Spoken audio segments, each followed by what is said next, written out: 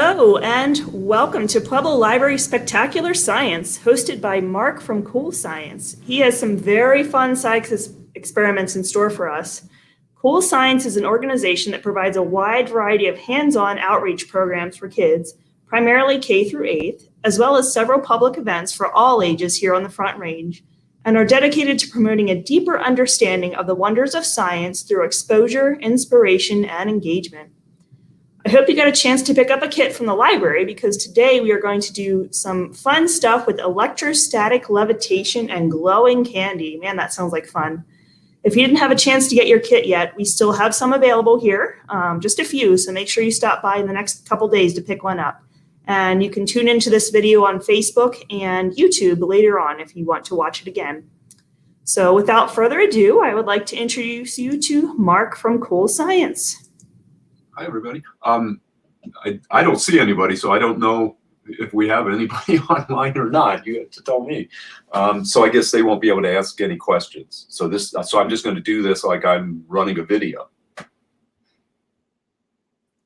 Yeah, that'll work. Cool. We have a few tuned in, so if I see any comments, I'll let you know. Oh, okay. You'll read. I can see them. Yeah. All right. Well, thanks, everybody. So I'm from Cool Science up here in Colorado Springs. We have put together a little kit to go for you guys to do some science experiments at home. And these experiments are on our website. So real quickly, I'm going to share our website to show you where you can find out more information about these experiments and others that we have. So if I go here, hopefully you're seeing my screen. So we are coolscience.org.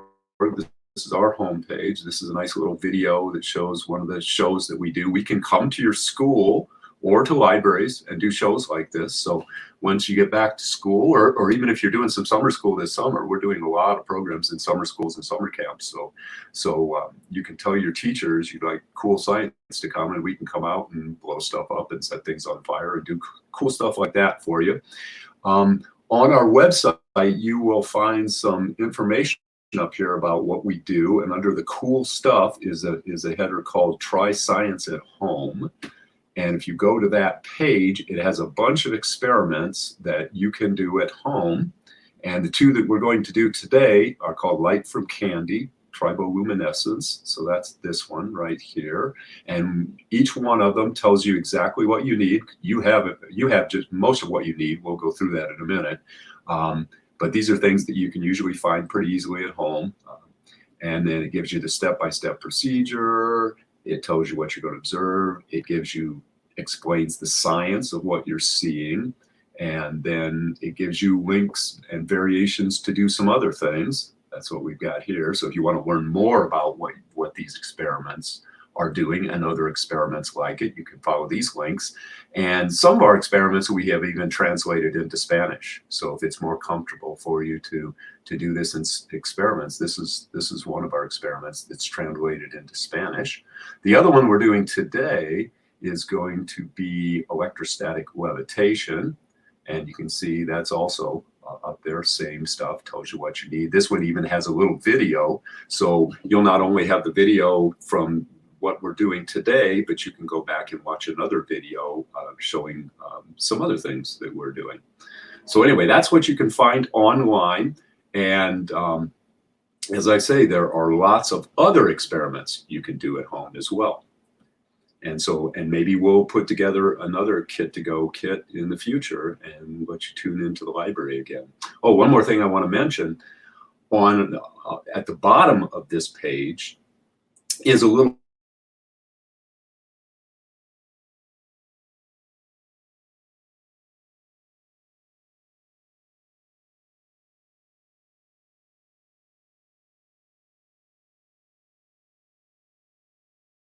we also tweet pretty much.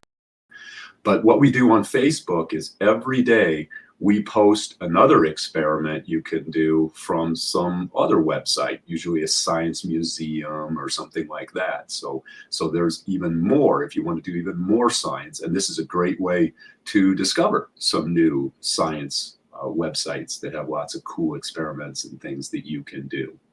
So all this you can find on our website. I talked a little about YouTube, so I'll just show you our YouTube page really quickly.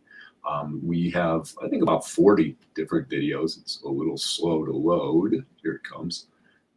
We have about 40 different videos on our website. And a lot of these, they're not the greatest videos in the world. It's usually just a camera on a tripod and me or one of our other teachers talking. But there's some really cool science demonstrations that you might like in here with superconductors and sound and waves and all kinds of things. And many of these are things that you can easily do at home. We have a lot of dry ice activities. So a whole bunch of things on the YouTube channel you might want to check out as well. So that's all on coolscience.org. See if I find our homepage again. It must have been, hang on just a second. There we go. There's our homepage again. The other thing you'll find on our homepage is our calendar. This is a little box that shows you what we're tweeting every day. We have a calendar that shows you where you might find us. So I guess I didn't put today's on our calendar. I should have done that. But next week we're doing a summer camp. So you can, and I think you can still sign up for this summer camp. This is up in Colorado Springs. But like next Saturday, or actually in a couple weeks on Saturday, we're going to be at the Space Foundation Discovery Center. So you can always check this calendar and come and find us at a library or at a museum, or sometimes we're just setting up a tent out on the street someplace and doing some cool stuff. Maybe we'll even come down to Pueblo one of these days and set up on the Riverwalk or something. Might do that. Okay, so that's what you can find on our website. So today we are going to do some experiments that we gave you some materials for. Everybody should have a little bag like this with some stuff in it. And we also gave you a piece of pipe. We're calling this a wand. And we're going to do some cool experiments. We're going to do one of the experiments today. The other experiment is, I'll show you how to do it today, but you actually have to do it in a very dark room. So I'll show you today, but you're going to have to wait till tonight until it gets really dark, and then you'll be able to do that experiment. So in the bag, you're going to find that little Ziploc bag that's got some candy in it. This is the one we'll talk about later, so just set that aside. And then the other thing that you're going to find in your bag is a balloon. You can set that aside for a moment. And 2 little pieces of plastic. Be very careful with these because they're fragile. If you carefully open them up, you'll see that they're 2 little hoops of plastic. And if you don't recognize where this came from, it came from one of these grocery bags that you get at the grocery store that you put your fruit and vegetables in. And all we did, I cut off a bunch of pieces, so let me get those out of the way. All we did was smooth it out and stretch it out and take a pair of scissors and snip off about 1 inch from the end. And that was how we got those little pieces that we gave you. So you can always get more of these just by going to the grocery store if you don't already have one of these at home. All right, so that's what's in your bag. The other thing you should have is this piece of PVC that's going to be a wand. So what we're going to do with these is we're going to do some electricity experiments. So everything is made out of matter. Hopefully you guys have learned that. And matter is made up of little tiny bits called atoms. And when atoms combine together, they call those molecules. So it's kind of like putting things together with Lego. You have all your different tiny little Lego pieces. Those would be like atoms in matter. And you can take those different Lego pieces and put them together, take different pieces, put them together in different ways, and you can build new things. You could build a house or a boat or an airplane or something like that. Those are like molecules in matter. So just to give you an example, you should all be very familiar with water. Water is a molecule, and water is made up of 3 atoms, 2 atoms of hydrogen and 1 atom of oxygen. Sometimes we abbreviate hydrogen with an H, and we abbreviate oxygen with an O. So you might have heard people talk about water as being H2O. That means 2 H's and 1 O stuck together. They actually stick together The O is the oxygen's a big molecule. Hydrogens are really tiny, and the way they attach kind of look like Mickey Mouse's head. The oxygen is his face, and the two little hydrogen atoms are like his ears, and that's what a water molecule looks like. If we actually had a microscope tiny enough, or a microscope powerful enough to see it, it's too small to see with a microscope, but that's what it would look like if we could. So that's a molecule. So all matter is made up of atoms and combined to be molecules, but even the atoms themselves are made up of smaller things. And inside the atom are what we call protons, neutrons, and electrons. Today, we're going to talk mostly about those electrons. They are the tiniest of those particles, and they kind of fly around the rest of the proton, and the neutrons are kind of in the center. It's kind of like the sun. The protons and the neutrons would be the sun, and the electrons are like planets going around them. It's not quite the same, but you can think of it that way. They're really tiny, and they're held to their atom. But what we're going to find out today is that sometimes those electrons, usually they like to stay with the rest of their atom, but sometimes they can be pulled away. And that's what we're going to do today. We're going to pull them away. And electrons have something we call electric charge. And electric charge can be positive or negative. We say that electrons have a negative electric charge. And when they're together with their atom, the negative charge of the electron balances the positive charge of the proton. The neutrons, they just don't have any charge. They just sit there. They do some other things you'll learn about if you go on to high school and college and take science. But the electrons have a negative charge. The protons have a positive charge. When they're together, they cancel out.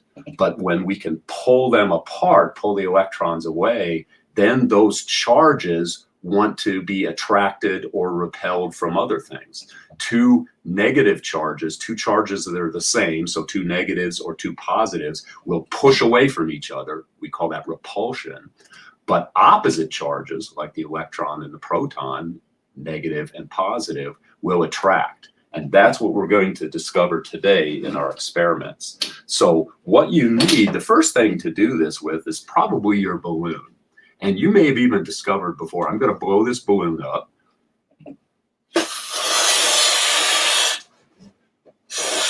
Don't blow it up too big. Blow it up just big enough so that you can hold on to it with your hand. I'm going to tie it shut so the air doesn't get out. And then I want to grab it like a bowling ball like that. And I'm sure some of you guys have probably done this experiment already. If you take that balloon and you rub it on your t-shirt or maybe in your hair, especially if you have longer hair than I do. If you rub it, you might hear some crackling.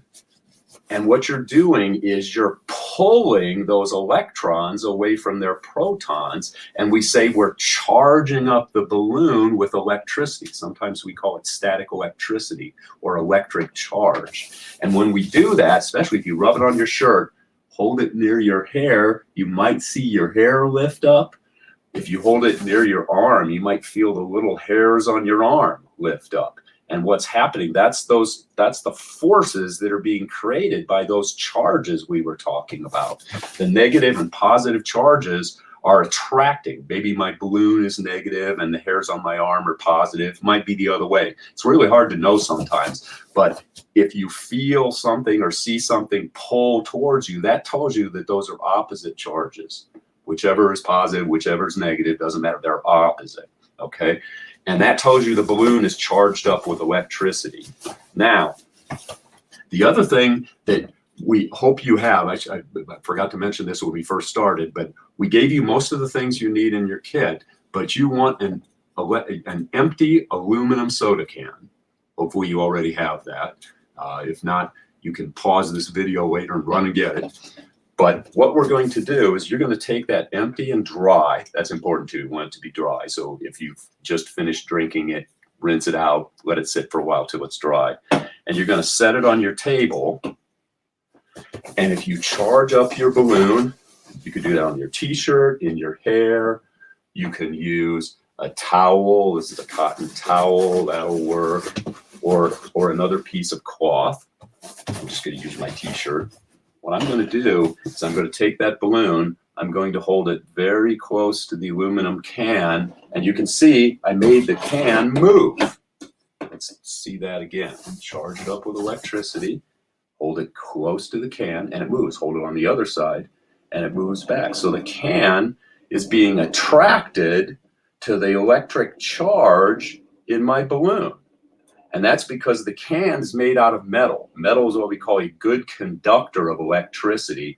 And I won't get into the full explanation of why it's always attracted to this balloon, but on our website, you can read more about the science there, and it'll explain why all metals are always attracted to charged objects. And so we can make this aluminum can move back and forth. I can stop it. Notice that the closer I get, the stronger the force is. So that electric force created by those charges depends on how far away it is. So when I'm very far away, the force isn't strong enough to attract it. But as I get closer and closer to the can, that force is getting stronger and stronger. And when I'm finally close enough, it's strong enough to attract my can, and I can roll the can across. So we can do that with the balloon, charging up our balloon. I'm going to set the balloon aside for a moment. And now we're going to try the same thing with our PVC pipe wand. I'm going to take it now to charge up the wand. I can also rub that on my shirt. And I want to make sure that I'm rubbing it out on the far end. I'm holding the bottom. I'm going to charge the top as far away from my hand as possible. And you'll see why in a minute. We don't want things to come stick into my hand. We want things to feel the force at the end of the wand. So I'm going to take this wand and I'm going to hold it parallel. That means right beside my can. And you can see that my charged up wand does the same thing. I can make that can move back and forth with my wand just like I did with the balloon. So that's what we call the electric field force in action. It's a force just like gravity. I'm sure you've heard of gravity. Gravity is a force that attracts things, and the electric field force can also attract objects. And unlike gravity, gravity can only pull things. It can only attract objects that have mass, but the electric force can both attract and repel. And so now we're going to see if we can demonstrate some repulsion. So I'm going to set my can aside. I'm going to set down my wand. And now's when we get a chance to try out the little plastic hoop we gave you. Now this one's a little trickier to charge up with electricity or electric charge. My table that I'm working on is plastic. A plastic table doesn't work for this experiment. So what I have is a piece of wood. This is just a piece of shelf from a bookshelf in my house. If your kitchen table is made out of wood, it'll probably already work. Any other wooden surface might work. You can always experiment with them and see. Some surfaces work better than others. You see I've got a bunch of plastic hoops already sitting on mine. The other thing that works really good is maybe a kitchen countertop. Maybe if you guys have what's called Formica, a lot of kitchen countertops are made out of Formica. That's a really good place to try. But we're going to use that to charge up the plastic. So if you take one of your little plastic hoops, carefully open it up so you don't tear it. If you do, by the way, if you do happen to tear yours, you can probably tie the ends together or take a very tiny little piece of Scotch tape and tape it back together if it does break. But like I say, if you have one of these grocery bags at home, where's mine go? Here's mine. You can see I cut a lot off it. It was a full-size grocery bag. If you have another one, you can always make more of these. So you don't have to worry if one tears or breaks or just stops working. Sometimes when you rub your hand on it a lot, it just stops working. You can always make more. But what I'm going to do is I'm going to take it and I'm going to press it down flat onto my wooden surface.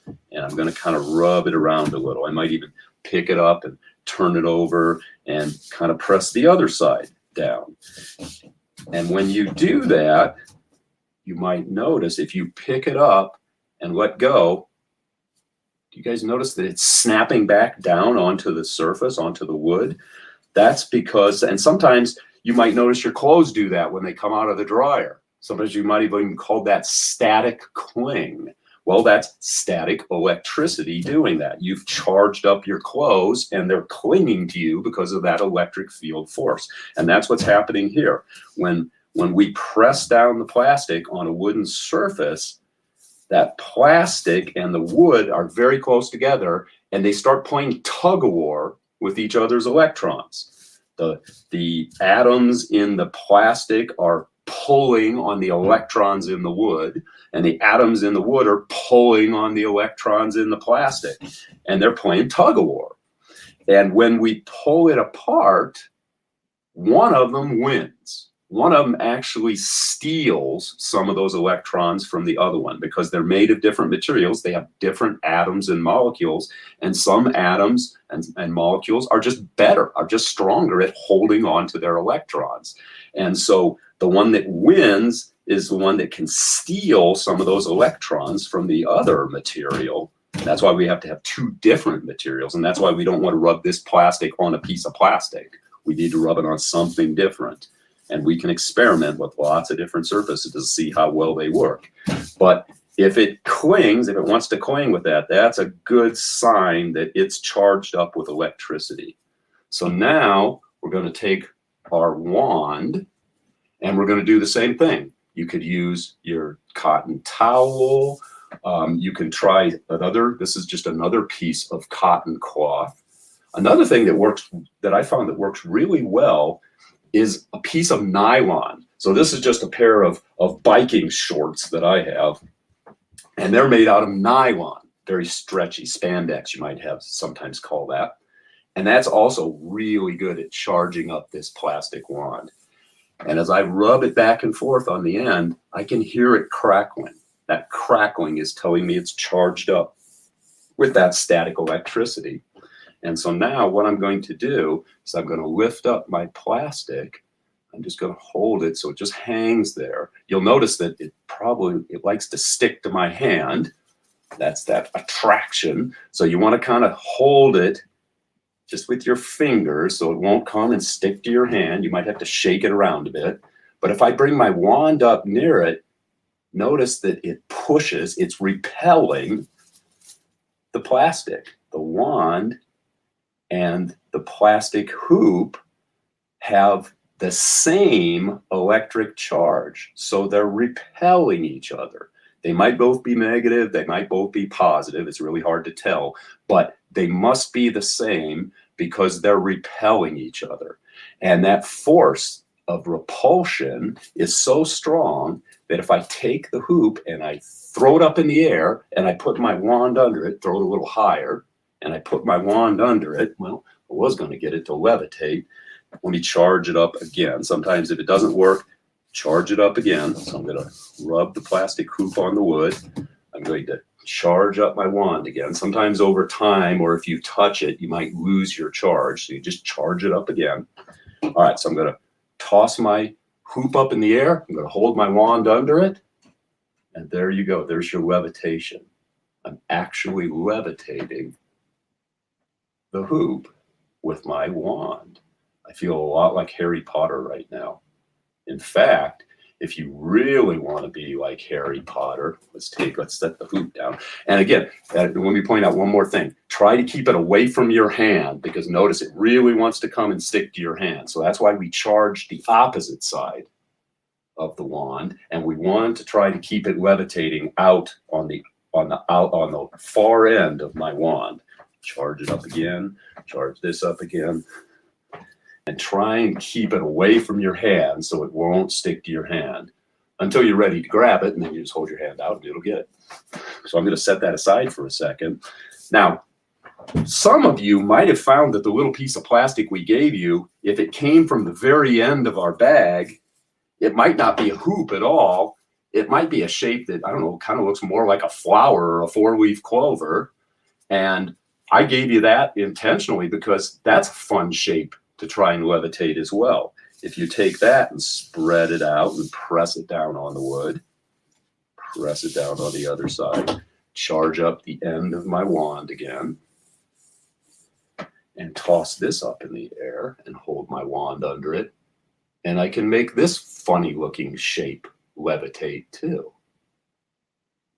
Now we've been doing this with those transparent or clear bags that you get over in the produce section that you put your fruit and vegetables in. But it turns out that the regular old bag that you just put all your groceries in works pretty well too. And if you take this bag, what's nice about this, you can't make very good hoops out of this. You can try, but you can cut it up and make different shapes. So since I was feeling kind of in a Harry Potter mood today, I actually cut a piece of that bag into a shape that I'm going to say looks like a feather. Okay, that looks like a feather. You might also cut it into a shape that looks like a butterfly or a bat or a snowflake. But I made a feather, and so I'm going to charge up my feather. I'm going to charge up my wand. And I'm going to say, what was that from Harry Potter, Wingardium Leviosa? I'm going to throw my feather up in the air. And just like Harry Potter, I'm levitating a feather. A feather's a little harder to control than your hoop. So try the hoop first. And once you're really good at controlling and levitating the hoop, then you might want to move on to a feather. Or I have another little piece that I cut off, and I think it kind of looks like a bat. So I'm going to kind of make this bat shape fly. There we go. So now I'm making a little bat fly. He's really hard to control. Now, you can also do this with your balloon. Whoops, my balloon. There's my balloon. So if I take my plastic hoop, get my feather out of the way, and charge it up again on the wood, and charge up my balloon on my t-shirt, I can also levitate my hoop with the balloon. Get it down here so you can see it. There we go. And so now I'm levitating with the balloon. So it takes a little practice to get really good at this. I've been doing this for a long time. I'm old. I've been doing this longer than most of you guys have been alive. But with practice, you'll get better. And you can try cutting all kinds of different shapes. You can try experimenting, charging up your wand or your balloon or your plastic on different surfaces. You might even find that sometimes when you charge up your plastic on a certain type of surface, instead of levitating, it'll actually be attracted to it. That means you got opposite charges on it, just like when the can was attracted. So you can experiment with all that and see how different materials react. But this is all an example of what we call an invisible force field, the electric field force. And we can use it to do some really cool. You could even pretend, you can even be a magician and say that this is all magic and you're levitating the hoop with your magic wand. All right, so that was our first experiment. That was levitation. And as I say, on our website, there's another video that talks a little more and does some different examples. I think I actually levitate a snowflake in that video. You'll find that on our YouTube channel or on that page that I showed you. And then you have if you really want to learn more about the science, there's a much more detailed explanation of the science of electricity and electrostatics, and links to more similar experiments. So you can go on and do more experiments with the links that are on that page. All right, now I'm going to get this out of the way. And if any of you guys, if you have trouble with that, like I say, if things aren't working, try different surfaces. After a while, especially if you have a lot of grease or oil on your hands, after a while, your hoop might not work so well anymore. And that's when you just need to get another one. That's one reason we gave you two. Sometimes once they get handled a lot, they just aren't very easy to charge up anymore. So if you're having some trouble, there are also some troubleshooting tips on that web page. But the best thing to do is just keep trying. Just keep trying. Keep experimenting with it. And after a while, I'm sure you'll have success and get it to work well. All right, so I'm going to set my little wooden shelf piece out of the way Set my little plastic hooks out of the way. And now I'm just going to show you the second experiment we're doing. We call light from candy, or candy, glowing candy. I think we called it on the library webpage there. And what we're going to do, I'm going to just show you how you can actually make the candy produce light. It'll actually produce a spark of light. Now this isn't going to be like a light bulb or anything. It's not super bright, which is why you have to do it in a really dark room. But it really is just a simple piece of candy. And by crushing it, it's going to produce a flash of light, kind of like a spark.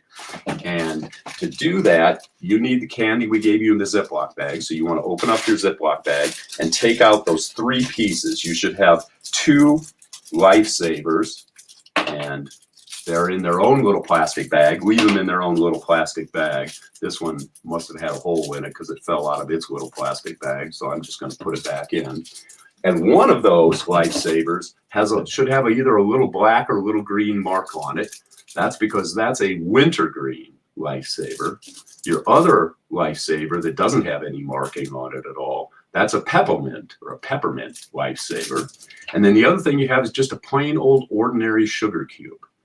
And all 3 of these are going to be able to produce that flash of light.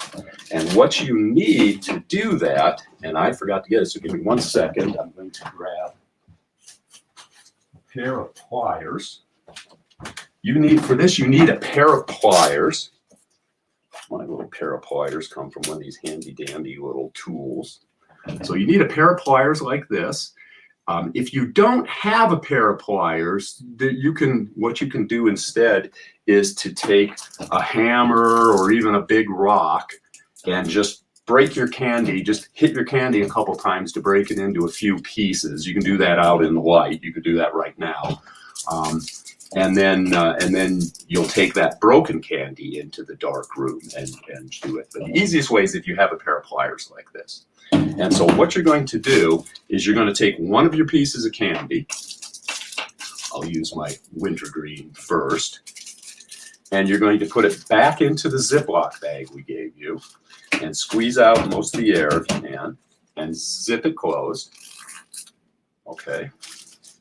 And then you're going to take your pliers and you're just going to put your pliers around the candy. Don't pinch it yet, just hold on to it. And then this is the part you need to do in the dark room. So tonight, when it's really dark, turn off all the lights, probably go into the darkest room in your house. Usually it's probably your bathroom if your bathroom has no window, or a closet, someplace that hopefully has no window, lights are out, very dark late tonight. And you might even want to sit there for a little while, for a minute or so, to give your eyes a chance to adjust to the darkness. And then all the while you're holding on to your candy so you know where it is. And then once your eyes are adjusted and you're in that dark room, what you're going to do is hold it close to your face so you can see it, and then squeeze the pliers very quickly and crunch the candy. And when you do that, you should see a flash of light. It'll probably look bluish or greenish. With the wintergreen, it might look a little more green. I'll tell you why in a minute. But what's happening is that candy's mostly made out of sugar. And when you crush sugar, it actually produces that electricity, that electric force we talked about before. And this time what's happening is that those electrons that are released that create that electric force are actually strong enough to what we call ionize air molecules. They actually rip electrons off of air molecules nearby. And when they do that, it produces a lot of heat and light, that electric force, or sometimes we'll call it voltage, separating forces. And that voltage will actually create an electric current, a little current that rips electrons off of air molecules.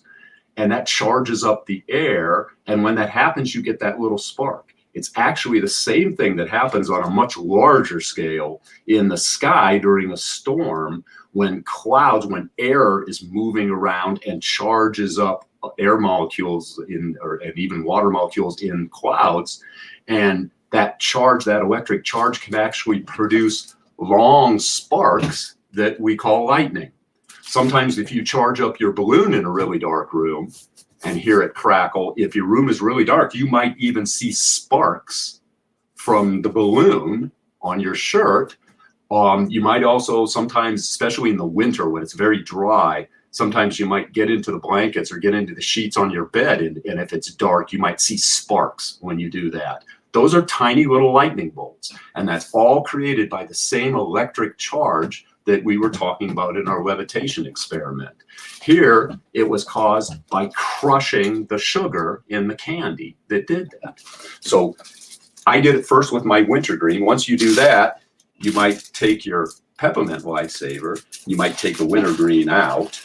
I'm going to dump that one out. Oh, by the way, so any you people that didn't have a pair of pliers, so like I was telling you how you could actually break the candy into several pieces outside, then put those pieces into your Ziploc bag, then go into your dark room. And now, if you don't have pliers, what you can do is just take those pieces in your finger and just grind them together. Just scratch them on each other and grind them together in that dark room. And you should also be able to see the spark that way. So that's how you can do it if you don't have pliers to actually crush it in the dark. Break it into a few pieces first, and then really rub and grind those pieces together in the dark, and you should see a flash of light. So that was with the wintergreen. You can also try it with the peppermint. See if you see a flash of light with that one. And then also with your plain sugar cube. Put it in there and do the same thing. Zip the bag shut, put the pliers around it, and crush the sugar cube in the dark. And you should see a flash of light from all of these. The sugar is what's producing the light. So any of these candies with sugar in it should do it. What's really nice about the wintergreen is that we call it wintergreen because it's flavored with a chemical called, drawing a blank on what the chemical is called right now, but the extract is called oil of wintergreen. And wintergreen is actually what's called a fluorescent dye. That means it can absorb energy and re-emit that energy as light. And I mentioned that when we crush the sugar, that sugar is producing light. Well, it's producing energy. That's what produces the light, is the energy that is created by those charges that we crushed. And most of that energy is actually in wavelengths of light, colors of light that we can't see. They're called ultraviolet.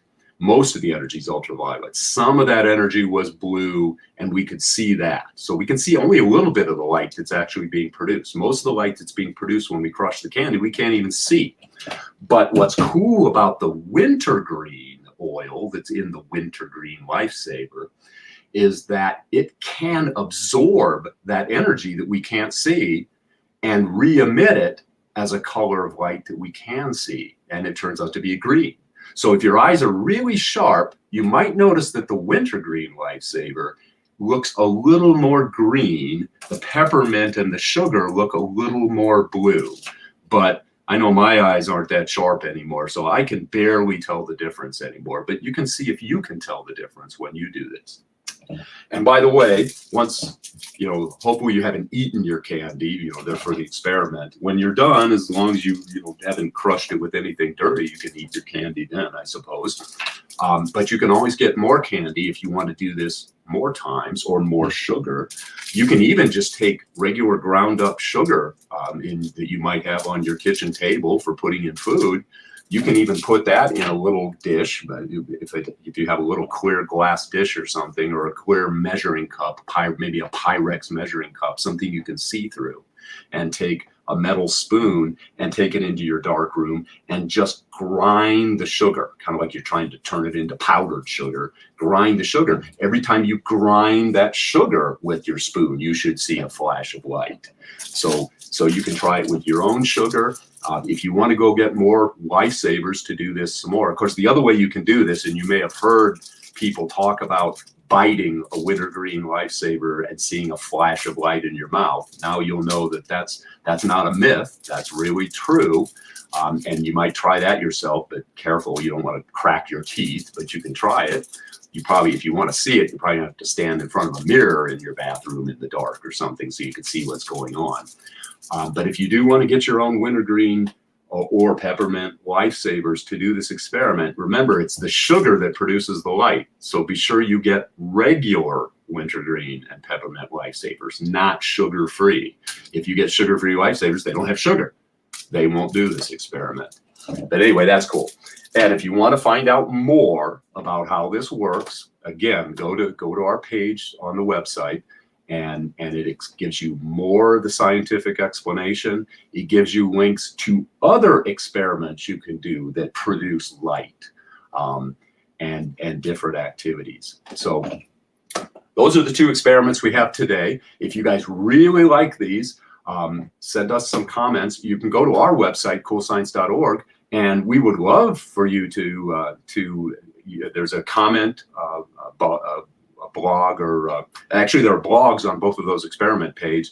There's a contact comment form on our website. If you have any questions, if you're having trouble with this, you can ask us questions. You can type a comment in the YouTube or Facebook, and the librarians will let us know, and we can answer it that way as well. But we would love to get some feedback from you guys. If you like this experiment, let us know.